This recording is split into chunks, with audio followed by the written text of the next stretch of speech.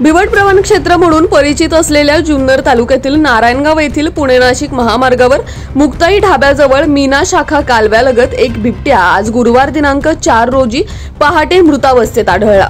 5 ते 6 वाजण्याच्या दरम्यान अज्ञात वाहनाने या बिबट्याला ठोकर दिली असावी असा अंदाज वन विभागाकडून वर्तवण्यात आला आहे। पुणे नाशिक महामार्गावर नारायणगाव परिसरात गेल्या 4 वर्षात सुमारे 6 ते 7 बिबट्यांसह वन्य प्राणी अज्ञात वाहनांच्या धडकेत मृत्युमुखी पडलेत।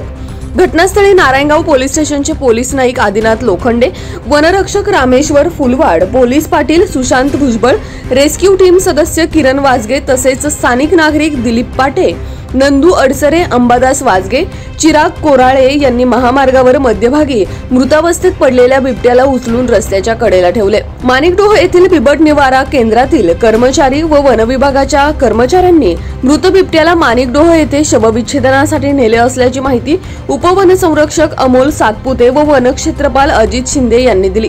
याच बातमीचा थेट आढावा घेतलाय आपला आवाज न्यूज नेटवर्कचे कार्यकारी संपादक किरण वाजगे यांनी। पाहुयात। आपण आहोत पुणे नाशिक महामार्गावर नारायणगाव येथे। नारायणगाव म्हणजे जुन्नर तालुक्यातील एक महत्त्वाचं गाव आणि या गावामध्ये या परिसरामध्ये नव्हे तर संपूर्ण जुन्नर तालुक्यात किंवा उत्तर पुणे जिल्ह्यात बिबट्याचं मोठं प्रमाण आहे आणि या बिबट्याच्या वास्तव्यामुळे या ठिकाणी त्याचं अस्तित्व आपल्याला नेहमी जाणवतं। याच ठिकाणी आपण पाहू शकतो की पुणे नाशिक महामार्गाच्या या मुक्ताई ढाब्याजवळ एक बिबट्या नर बिबट्या मरून पडलेला आहे। अज्ञात वाहनाने कदाचित या बिबट्याला उडवलं असावं किंवा ठोकर दिली असावी, त्यामुळे या बिबट्या या ठिकाणी मृत पावलेला आहे।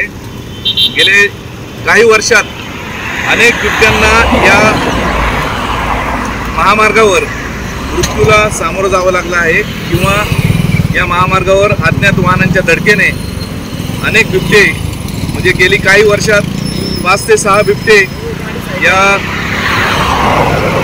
अज्ञात वाहनाच्या धडकेत मृत्युमुखी पडलेले आहेत। आपण